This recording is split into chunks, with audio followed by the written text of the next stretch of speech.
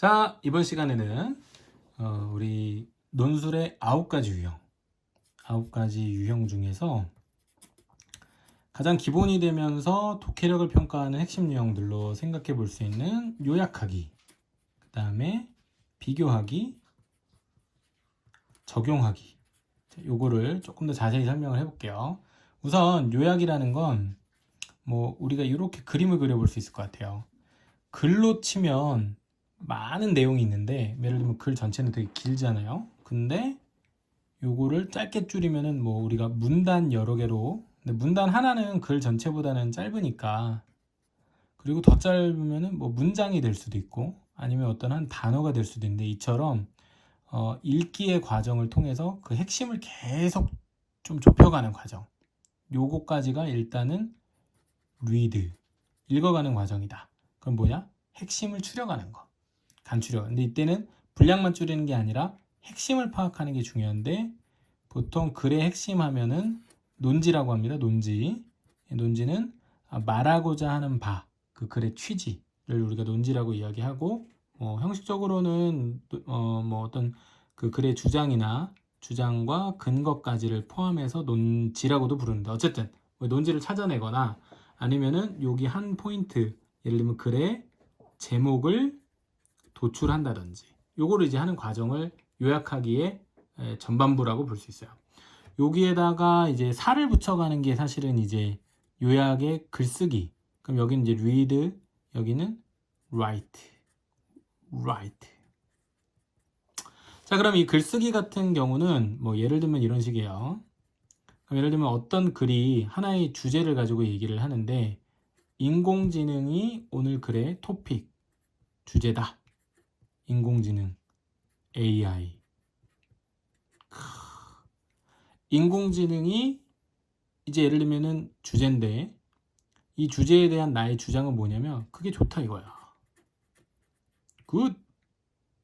그럼 이제 그 이유가 있겠지. 왜냐하면 인공지능이 우리의 힘든 일들, 어려운 일들을 다 대신해 줄 거라서 그렇다. 그럼 예를 들면은 인공지능 덕분에 우리는 힘든 일을 하지 않아도 되니까. 요게 더 중요하겠지. 결론이니까. 요게 뒷받침하게 되지. 이런 역할을. 그러니까 이런 게 이제 주장 대 근거부 혹은 이유 또는 근거.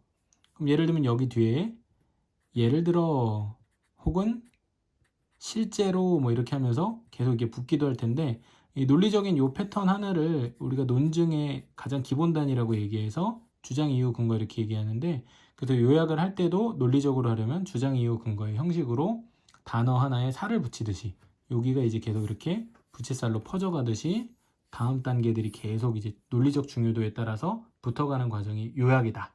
이렇게 볼 수 있어요.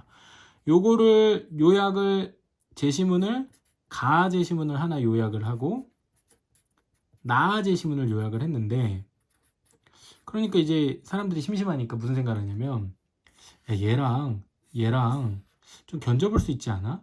자, 여기 이제 잘 와닿지가 않는데 예를 또 들어보면은, 우리 대학교에 가면 뭘 해요? 미팅을 하죠. 미팅을 하면 이제 애들이 나와요. 얘는 조금 잘 놀 것 같은데 대신에 약간 좀 바람을 필 것 같아. 단점이 있어. 옆에 있는 애는 얘는 진짜 바람을 하나도 안 필 것 같아. 너무 착실해. 정직해. 근데 좀 노잼이야. 어떡하지? 이렇게 이제 여학생들이 고민을 할 수가 있는데, 그러면 어떻게 되냐면 얘네 둘을 비교해야 돼, 우리는. 그래서 얘네 둘의 어떤 공통점은 남자다. 차이점. 얘네들은 이런 부분이, 예를 들면은 성격은 서로 이렇고, 아니면 외모는 이렇고, 이런 거를 등등등등을 가지고 따져본데, 이런 게 다 뭐냐면은 기준이에요. 기준. 근데 기준이라는 게 뭐냐면 비교의 기준이 되는 거죠. 그래서 공통점과 차이점을 견주게 되는 기준이 마련돼야 되고, 그 기준에 따라서 공통점과 차이점이 무엇인지를 견주어 보는 일. 그러니까 비교하려면 당연히 2개 이상이 돼야 되겠지. 근데 이게 되게 중요한 게, 우리가 인생에 하나만 보고 살 일은 잘 없잖아요. 그러니까 요약만 할 때는 사실 별로 없고, 요약을 기본으로 전제해서, 이게 뭐냐면 우리 전문 용어로 스캔. 딱 사람 만나면 스캔 쫙 해버리거든. 이 요약하는 거야. 근데 그 뒤에는 A 사람하고 B 사람을, 혹은 가제 지문, 나제 지문을 동시에 스캔을 한 내용을 가지고서 따져봐. 근데 여기서 왜 이걸 따져보느냐? 이게 이제 다음 유형이랑 연결이 바로 되는데, 비교를 하면 그러니까 우리가 일상 속에서 비교는 굉장히 많이 하는 거야. 비교 안 하는 게 없어. 나는 뭐 예를 들면 연세대를 가야 될까, 고려대를 가야 될까, 혹은 연세대랑 고려대의 차이점이 뭘까, 이런 게 이제 사실은 비교거든. 그러니까 비교를 엄청 하지. 근데 비교를 왜 하냐? 비교의 목적은 비교 자체가 아니야. 비교의 목적이 뭘까요? 비교의 목적은 바로 평가예요. 더 정확히는 사실은 선택이죠. 선택. 나는 둘 다 먹을 수는 없으니까, 둘 다 가질 수는 없으니까 선택하기 위해서 나는 뭘 하냐면 평가를 해. 평가는 어때? 굿? 아니면은 배드. 그래서 요거는 다 우리가 뭐라고 하냐면은 가치 판단. 좋고 나쁨을 따지려면 비교를 해야 되는 거야. 왜? 근데 이 비교들을 내가 어떠한 가치 기준, 예를 들면 관점을 가지고서, 야, 나는 성격이 중요한데 라고 하는 사람도 있고, 나는 외모가 중요한데, 이런 사람들이 있을 텐데, 결국에는 이런 관점에 따라서 좋고 나쁨이 결정되기 때문에 비교와 평가는 굉장히 이제 긴밀하게 연결이 돼 있죠.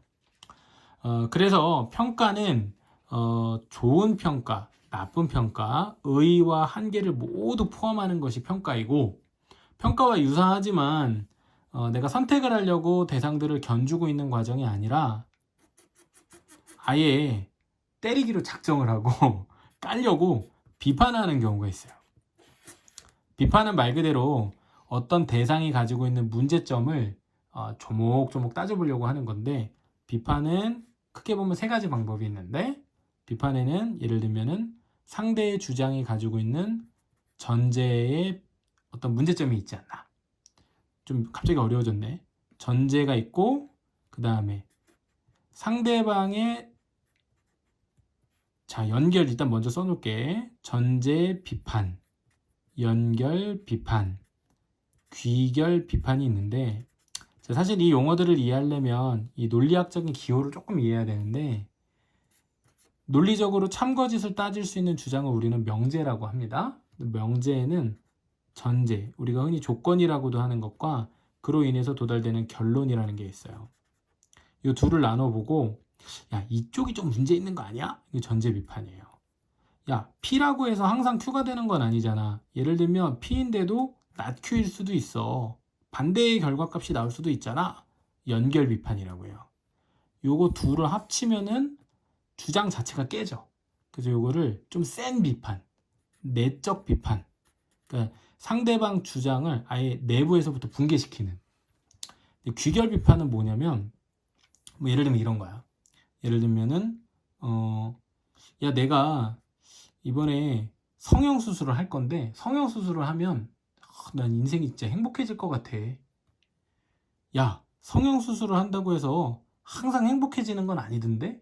불행해지는 사람도 있어. 반대의 경우도 있어. 그러니까 이제 연결 비판은 반례. 야, 만약에 성형수술에서 모든 사람들이 행복해진다면 불행한 사람이 어디 있겠냐?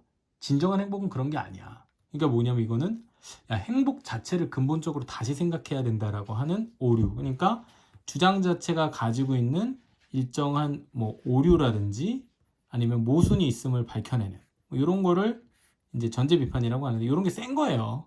이런 게 좋은 건데, 보통 우리가 많이 하는 게 뭐예요? 반례. 요거는 사례가 되게 많거든요. 왜냐면 항상 되는 건 없잖아요. 그래서 이 연결 비판이라는 건 상대방 주장이 가지고 있는 필연성을 부정하는 거예요. 근데 이거 전제 비판 같은 거는 아예 말도 안 된다. 그래서 이거는 네 주장은 아예 이제 애초부터 틀렸어. 타당성 자체를 비판하는 건데, 이런 건 좀 센 거거든요. 근데 이제 귀결 비판 얘기하려다가 순서가 뒤집어졌네요. 이게 되게 뭐 좀 설명이 많은 내용인데 그냥 간단하게만 들으세요. 귀결 비판은 쉽게 말하면 부작용 지적하는 거예요. 부작용. 자, 아까 성형 얘기를 예를 들었는데, 성형 수술에는 사실은 행복해지고, 성형 수술하면 행복해지잖아요. 저도 하고 싶은데. 그래서 성형수술하면 행복해지고, 또 성형수술이 전제하고 있는 행복을 우린 대부분 그냥 동의해요. 그걸 뭐 틀렸다고 얘기하지 않아요. 외모가 굉장히 중요하죠. 그런데 부작용이 좀 있을 수 있잖아요. 예를 들면은 성형수술을 했는데 눈이 좀 안 감겨. 밤에 자꾸 눈이 조금씩 떠져. 그래서 막 불빛이 들어오네. 아니면 겨울이 됐는데 조금 코에 들어가 있는 실리콘이 좀 얼어. 이러면 조금 힘들잖아요. 아니면은 뭐 성형수술까지 한 거는 좋았는데 성형수술하느라 돈이 한 10억 정도 들어서 집을 다 팔았네? 집이 없어졌어. 이런 부작용. 아주 뭐 사소한 것들이죠. 뭐 다들 뭐 자산이 한 뭐 100억 정도씩 된다면 뭐 사실 그렇게 큰 문제는 아닌데 이런 부작용들이 있을 수는 있어요. 그래서 이거는 상대방 주장의 내부적인 구조를 논리적으로 공격하는다라기보다는 약간은 흠집내기. 상대방을 속상하게 할 수 있는 그런 지적을 막 하는 건데 약간 본질에서 벗어날 수 있다는 좀 한계가 있어요. 자, 어쨌든 뭐 이런 비판까지 생각을 해보면은 자, 우리가 이 중에 하나 얘기 안 했다. 우리가 이제 적용이라는 유형. 아, 그래. 빼먹을 뻔했네. 적용까지는 얘기를 해드릴게요. 적용은 짧게만 얘기하면 보통 이론의 역할을 하는 제시문을 주고 그 이론이 적용될 수 있는 대상, 사례를 준 뒤 이 이론에 비추어서 사례를 설명해 보라. 그래서 적용 뒤에는 항상 설명이라는 말이 따로 붙어요. 그래서 적용 설명 유형이 있습니다. 근데 흐름상은 이렇게 요약에서부터 비교 부분 봤죠? 비교, 그 다음에 평가, 그 다음에 비판, 이렇게 이어지는 과정으로 흐름을 보통 설명을 하고요. 이 적용 설명이라고 하는 거, 요거는 이제 어떻게 보면은 대학에서는 대부분 이론으로 현상 사례를 설명하려 하거나 아니면은 사례들로부터 이론을 도출하려 하는데 보통 그건 너무 어려우니까 이론을 적용시키는 것만 주로 해요. 자, 이렇게 해서 총 5가지 유형들로 구유형의 핵심이 되는 기본 유형들을 점검해 볼 수 있습니다. 좀 짧게 설명해서 좀 복잡하고 어려웠을 수 있는데 좀 요거를 제가 한 가지 사례, 뭐 예를 들면 인공지능 같은 케이스를 가지고서 제가 한번 예를 들어서 설명해 보도록 할게요. 아니면 이거 좀 너무 이렇게 들은 거는 야 진짜 어렵겠다. 그러면은 제 강의 들으러 오세요. 자, 오늘 구형의 기본 요소 5가지 설명은 여기서 마치도록 하겠습니다.